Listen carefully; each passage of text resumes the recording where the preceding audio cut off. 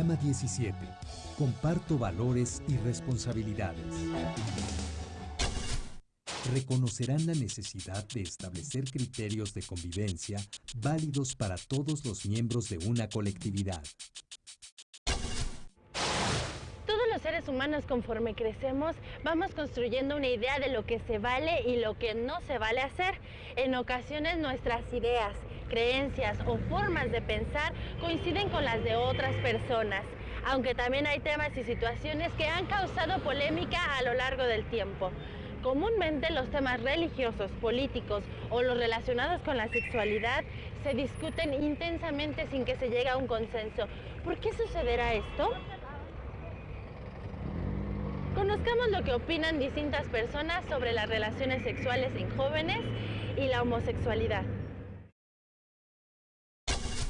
Oiga, ¿usted qué opina de que los adolescentes tengan relaciones sexuales sin haberse casado? Sin haberse casado, no, pues yo pienso que está muy mal, ¿no? Que para tener relaciones hay que tener un poquito más de conciencia. Pueden echar a perder su vida. Bueno, primero que nada hay que pensar si se quieren esas personas que se van a casar, pero no estaría bien que tuvieran relaciones sexuales sin casarse, porque sin casarse pues ni siquiera se pueden divorciar, ¿no? Y el hombre podría abandonar a la mujer ya embarazada.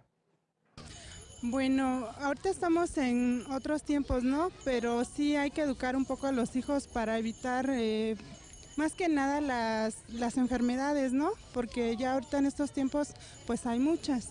Bueno, pues está mal porque a pesar de que se quieran mucho y todo eso, no tienen la madurez que necesitan para poder tener relaciones sexuales o para tener un bebé. Aparte que como no están casados, sienten que no tienen una obligación para hacerse cargo del bebé.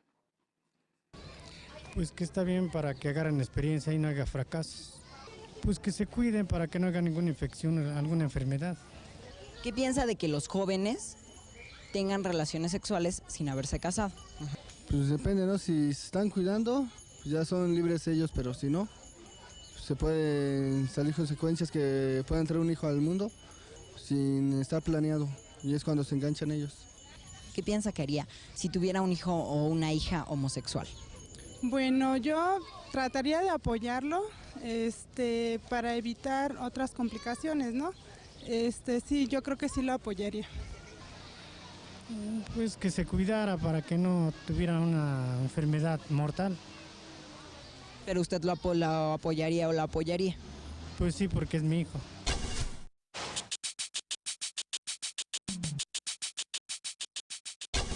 Pues me dejaría de juntar con él si es hombre, pero cada quien tiene sus gustos, ¿no? Pero pues si es mujer, también igual la respetaría. Bueno, pues yo le seguiría hablando ya que cada quien es libre de escoger sus gustos y cómo quiere a las personas y pues no me importaría, le seguiría hablando y la trataría normal como a todas las personas. Bueno, depende, porque si es hombre, pues yo ya no me juntaría con él, porque podría que yo quisiera algo con alguien o con un amigo. Y si fuera mujer, pues le seguiría hablando. Porque yo no tengo que decidir por los demás qué gustos sexuales tendría. ¿Con cuál de los entrevistados estás de acuerdo? ¿Por qué?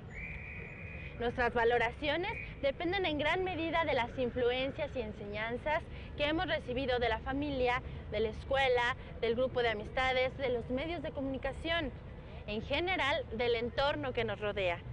Sin embargo, en la vida diaria, nos guste o no, convivimos con personas que piensan y son diferentes a nosotros. En el año 2005 se realizó la primera encuesta nacional sobre discriminación en México. En ella se les preguntó a los encuestados si permitirían que en su casa vivieran personas de otra religión, con ideas políticas distintas a las suyas, homosexuales o extranjeros. Los porcentajes de quienes no estarían dispuestos a tener en su casa personas diferentes a ellas son los siguientes. El 48% dijo que no estaría dispuesto a vivir con homosexuales. El 44% con enfermos de SIDA. 42% con un extranjero, 38% con distinto pensamiento político y el 36% con personas de otra religión. Estos datos reflejan la dificultad de aceptar a quienes no son como nosotros.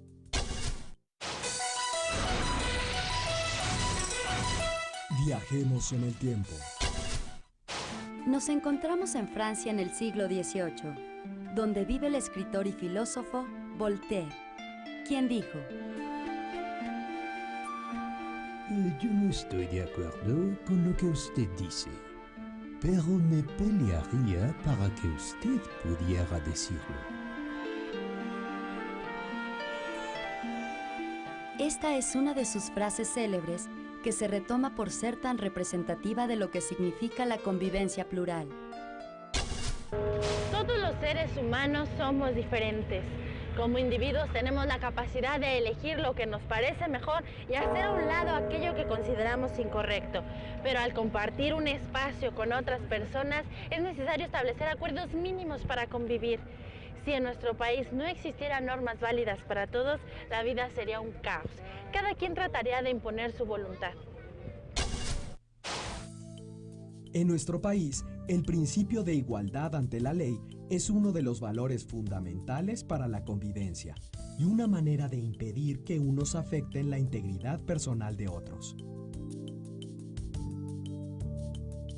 Este principio de igualdad garantiza, por ejemplo, la no discriminación. Así, más allá de las normas morales y religiosas que se elijan, los habitantes de un país comparten normas jurídicas. Esto se debe a que en la vida diaria, nos guste o no, convivimos con personas que piensan y son diferentes a nosotros.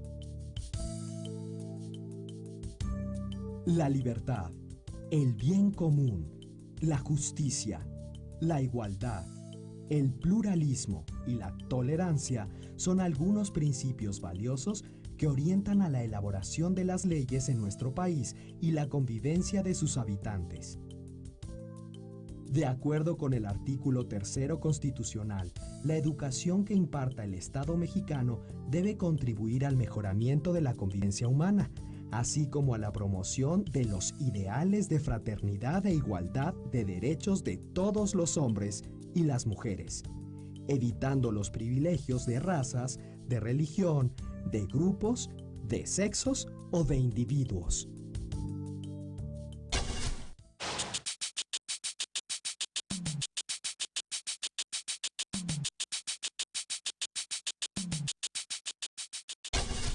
La primera es reconociendo esa diversidad que hay en todas las aulas, ¿no? Y reconociendo que efectivamente al interior del grupo tenemos diversidad, nosotros tenemos nuestra propia personalidad, somos distintos, pero todos los demás también son distintos, tienen derecho a ser distintos y eso nos enriquece.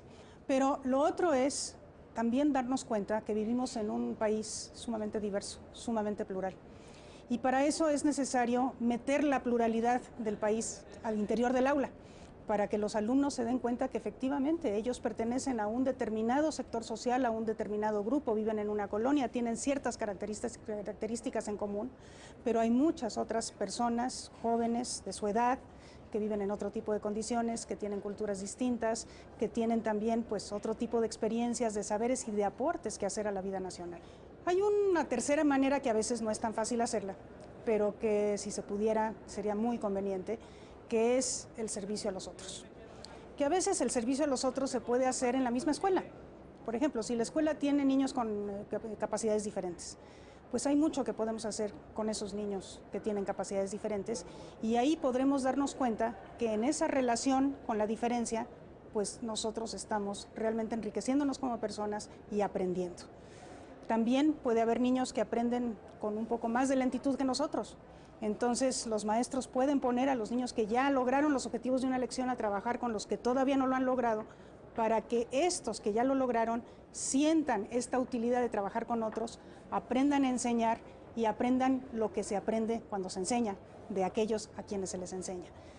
También se puede pensar en un servicio comunitario. De hecho, hay muchas escuelas que hacen programas de limpieza de basura, que hacen actividades de servicio comunitario.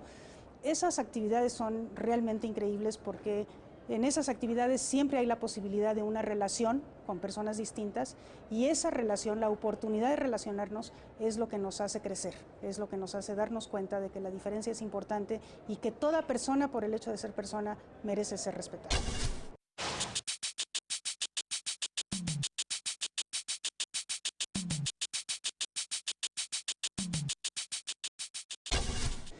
Una sociedad que nos enseñó que la pobreza económica y la pobreza cultural van juntas, ¿no? Y entonces inclusive que nos enseñó que uno es pobre económicamente porque es pobre culturalmente.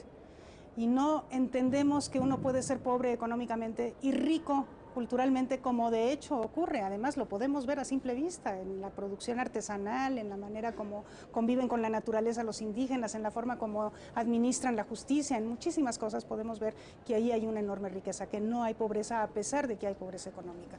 Pero eso lo traemos tan metido que a veces no nos damos cuenta cuando interactuamos que estamos siendo discriminatorios. Propiciar que los alumnos se pongan en los zapatos de otros. Cuando alguien le dice un apodo, digamos, un apodo denigrante, un apodo ofensivo a otro alumno, pues que el maestro tenga la ocasión de decirle al alumno, ponte en el zapato, ¿cómo te sentirías tú si a ti te dijeran así y tú vinieras de este tipo de experiencias? Entonces, el diálogo, la reflexión, el juego de roles son absolutamente fundamentales para que estas actitudes que son tan naturales en nosotros se conviertan en algo que objetivamos y que podamos criticar justamente porque lo sacamos fuera, y entonces, bueno, pues nuestras futuras actuaciones sean distintas. Para identificar actitudes y comportamientos intolerantes, los invito a que reflexionen sobre situaciones que se hayan generado en su salón de clases. ¿Por qué razones rechazan o excluyen de su grupo de amistades algún compañero? ¿En qué circunstancias o momentos se burlan de alguien? ¿Cuáles son las expresiones más empleadas en su escuela y salón de clases para insultar a alguien?